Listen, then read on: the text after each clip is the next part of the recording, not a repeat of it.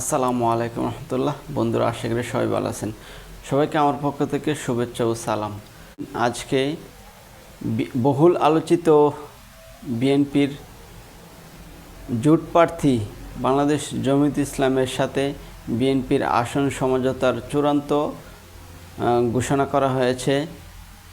বাংলাদেশ জাতীয়তাবাদী দল তথা বিএনপি জামায়াতে ইসলামকে 4টি আসন ছেড়ে দিতে সমর্থন হয়েছেন। আজকে চূড়ান্তভাবে 4টি আসন তাদের জন্য ছেড়ে দিয়েছে। এর মধ্যে 1 নম্বর হলো নীলফামারী 1। নীলফামারী 1 থেকে জামায়াতে ইসলামের পক্ষে বিএনপির সমর্থিত প্রার্থী মাওলানা মঞ্জুরুল ইসলাম, তিনি খেজুর গাছ মার্কা নিয়ে এই আসন নীলফামারী 1 থেকে বিএনপির সমর্থিত হিসাবে নির্বাচন করবেন। যেহেতু এবছর আরপিও চেঞ্জ করে জোট করলেও প্রত্যেকটা দল স্ব মার্কা নিয়েই নির্বাচন করতে হবে, এই কারণে জামায়াতে ইসলামের নেতারা খেজুর গাছ মার্কা নিয়ে নির্বাচন করতে হবে। 2 নম্বরে রয়েছে নারায়ণগঞ্জ 4 আসন। নারায়ণগঞ্জ 4 আসনটিও ছেড়ে দিয়েছে বিএনপি জামায়াতে ইসলামের জন্য। এই আসন থেকে বাংলাদেশ জামায়াতে ইসলামের পক্ষ থেকে মাওলানা মনির হুসাইন কাসেমি খেজুর গাছ মার্কা নিয়ে নির্বাচন করবেন বিএনপি স্বতন্ত্রতা প্রার্থী। তারপর রয়েছে সিলেট 5 আসন। এই আসন থেকে নির্বাচন করবেন মাওলানা উবাইদুল্লাহ ফারুক সাহেব। উনিও খেজুর গাছ মার্কা প্রতীক নিয়ে বিএনপির সমর্থিত প্রার্থী হিসাবে সিলেট 5 আসন থেকে নির্বাচন করবেন। সর্বশেষ 4 নম্বর যে আসনটি সেটি হলো ব্রাহ্মণবাড়িয়া 2 আসন থেকে নির্বাচন করবেন বহুল আলোচিত ইসলামী বক্তা মাওলানা জুনাইদ আল হাবিব। তিনিও খেজুর গাছ মার্কা নিয়ে জামায়াতে ইসলামের পক্ষ থেকে বিএনপির সমর্থিত হয়ে ব্রাহ্মণবাড়িয়া 2 আসনে নির্বাচন করবেন। তো এই 4টি আসন বিএনপি অনেক জল্পনা কল্পনার পরে এই 4টি আসন জামায়াতে ইসলামকে ছাড়তে সমর্থিত হয়েছেন। আজকে দুপুর 2টার সময় বিএনপির মহাসচিব মির্জা ফখরুল ইসলাম আলমগীর সাহেব নিজে ঘোষণা করেছেন এই 4টি আসনের জন্য। এই 4টি আসন পাওয়ার পরে জামায়াতে ইসলামের নেতাদের মুখে অনেক হাসি দেখলাম। বিশেষ করে ব্রাহ্মণবাড়িয়া 2-এর জুনাইদ আল হাবিব এবং নারায়ণগঞ্জ 4 আসনের মাওলানা মনির হুসাইন কাসেমি, তারা অনেক খুশি দেখলাম। ওনার নেতাকর্মীরা ওনাকে ফুল দিয়ে শুভেচ্ছা জানাচ্ছে এবং উনি নির্বাচনের প্রচারণা অলরেডি শুরু করে দিয়েছেন। তো যে বিষয়টি লক্ষণীয় সেটি হলো আমরা খুবই ধারণা করতে পারছি বা আমরা মোটামুটি 99% বুঝতে পারতেছি যে এই 4টি আসনে বিএনপির হয়তো সাবেক অথবা বর্তমান নেতাকর্মীরা দলের বিরুদ্ধে গিয়ে স্বতন্ত্র প্রার্থী হিসেবে নির্বাচন করতে পারেন।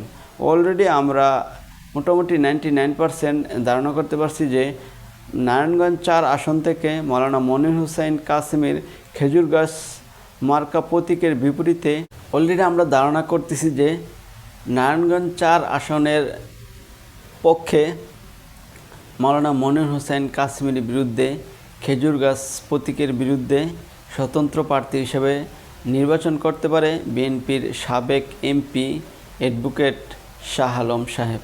উনি সম্ভবত স্বতন্ত্র প্রার্থী হিসেবে নারায়ণগঞ্জ 4 আসনে নির্বাচন করতে পারেন, এরকমই একটি আভাস আমরা পাচ্ছি। আরেকটি আভাস পাচ্ছি সেটি হলো ব্রাহ্মণবাড়িয়া 2 আসনে মাওলানা জুনাইদ আল হাবিবের খেজুর গাছ প্রতীক মার্কার বিপরীতে স্বতন্ত্র প্রার্থী হতে পারে বিএনপির নেত্রী, খুব আলোচিত একজন নেত্রী রুমিন ফারহানা। উনি সম্ভবত ব্রাহ্মণবাড়িয়া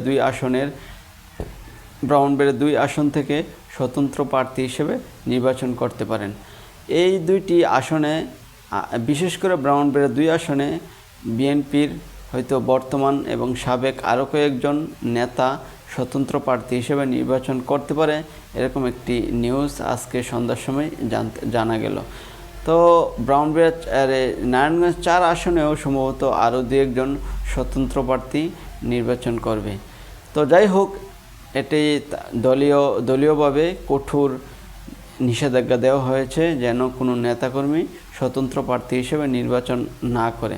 তো দেখা যাক লাস্ট পর্যন্ত এই 4 আসনে বিএনপির সাবেক অথবা বর্তমান কোনো নেতাকর্মী স্বতন্ত্র প্রার্থী হিসেবে নির্বাচন করে কিনা। যদিও বিএনপির হাইকমান্ড থেকে এবং বিএনপির উচ্চ লেভেল থেকে এ বিষয়ের কঠোর নজরদারিতে রাখা হচ্ছে এবং কঠোর বিধিনিষেধ দেওয়া হচ্ছে যেন কোনো নেতাকর্মী কেন্দ্রের আদেশ অমান্য করে কেউ যেন স্বতন্ত্র প্রার্থী হিসেবে নির্বাচন না করে। তো লাস্ট পর্যন্ত কি হয় সেটা আরও দেখার অনেক সময় বাকি রয়েছে।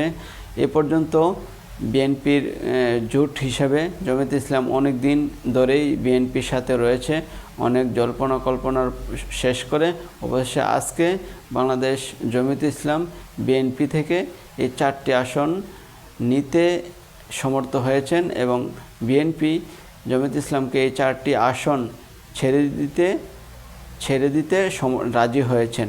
তো বিএনপির সাথে আরও অনেক দল রয়েছে, সম্ভবত ধীরে ধীরে এই দলগুলো তাদের কোন কোন আসনে কে কে নির্বাচন করবে এ বিষয়ে হয়তো আমরা আরও পরে জানতে পারবো, কারণ আমরা জানি যে বিএনপির সাথে অনেক দল রয়েছে জোট হিসেবে, তারা ধীরে ধীরে বিএনপির থেকে কে কোন আসন নির্বাচন করবে এ বিষয়টি পরিষ্কার করবে।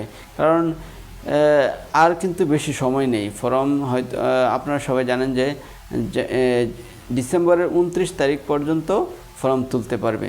29 তারিখের পরে যদি সময় বৃদ্ধি না করে তাহলে আর কখনো ফর্ম তুলতে পারবে না। তো দেখা যাক নির্বাচন কমিশন সময় বৃদ্ধি করে কিনা, রাজনৈতিক নেতারা এই 29 তারিখের মধ্যে তাদের সমস্ত কাজ শেষ করতে পারে কিনা। আরেকটি বিষয় হলো যে আপনারা সবাই জানেন যে বাংলাদেশ জামায়াতে ইসলামের সাথে সমমনা 8টি দল জোট হয়েছে, জামায়াতে ইসলাম সহ 8 দল জোট হয়েছে। এই জোটের অনেক হিসাব নিকাশ রয়েছে, তারাও আসন সমঝোতা নিয়ে চিন্তা ভাবনা করছে, কাজ করছে। এখনও তাদের আসন সমঝোতার চূড়ান্ত ফলাফল প্রকাশ করেনি, হয়তো 2 দিনের মধ্যে তাদের আসন সমঝোতার চূড়ান্ত লিস্ট বা তালিকা প্রকাশ করবে। আবার শুনতে পাচ্ছি যে বাংলাদেশ জামায়াতে ইসলামী বিপ্লবী শহীদ হাদি হত্যার আসামিকে দ্রুত গ্রেফতার এবং বিচারের দাবিতে আগামী 3 জানুয়ারি বাংলাদেশ জাতীয় সংসদের দক্ষিণ প্লাজায় তথা মানিক মিয়া এভিনিউতে বৃহত্তর মহাসমাবেশের ডাক দিয়েছেন। বৃহত্তর মহাসমাবেশের আয়োজন করা হচ্ছে, সেখানে হয়তো তারা চূড়ান্ত তালিকা প্রকাশ করতে পারে। এই বিষয়টি আমরা আজকে জানতে পেরেছি।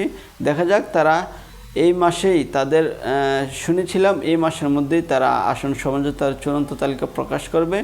যদি এই মাসের মধ্যে তারা প্রকাশ করতে না পারে তাহলে আমরা ভেবে নিব যে 3 তারিখ জাতীয় মহাসমাবেশের মধ্যে তারা এই বিষয়টি জাতির সামনে ক্লিয়ার করবে। এই বিষয়ে আমাদের আরও কিছুদিন অপেক্ষা করতে হবে, দেখা যাক। তো বন্ধুরা, আপনারা আরেকটি বিষয় জানেন যে বাংলাদেশ সরকারের পক্ষ থেকে ডক্টর মোহাম্মদ ইউনূস গতকাল কয়েকটি নির্বাচনী গাড়ি উদ্বোধন করেছেন। এই গাড়িগুলো বাংলাদেশের 64 জেলাতে ঘুরে ঘুরে নির্বাচনের বিষয়ে ক্যাম্পেইন করবে, কিভাবে ভোট দিবেন, কাকে ভোট দিবেন এবং গণভোটে যদি রাজি থাকেন তাহলে ভোট দিবেন, এসব বিষয়ে বিভিন্ন বিষয়ে ক্যাম্পেইন করবে।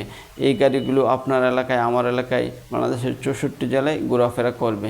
তো বন্ধুরা, আগামী ত্রয়োদশ জাতীয় সংসদ নির্বাচন খুবই গুরুত্বপূর্ণ নির্বাচন। আপনারা ভেবে চিন্তে আপনাদের সিদ্ধান্ত আপনারা ব্যালট পেপারের মধ্যে জানিয়ে দেবেন। মনে রাখবেন, দেশের চাবি আপনার হাতে। আপনার একটি ভোটেই দেশ উন্নত হবে, আপনার একটি ভোটেই দেশ দুর্নীতিগ্রস্ত হবে, আপনার একটি ভোটেই দেশের চেহারা পাল্টে যাবে। সবাই ভালো থাকবেন, সুস্থ থাকবেন। আল্লাহ হাফেজ।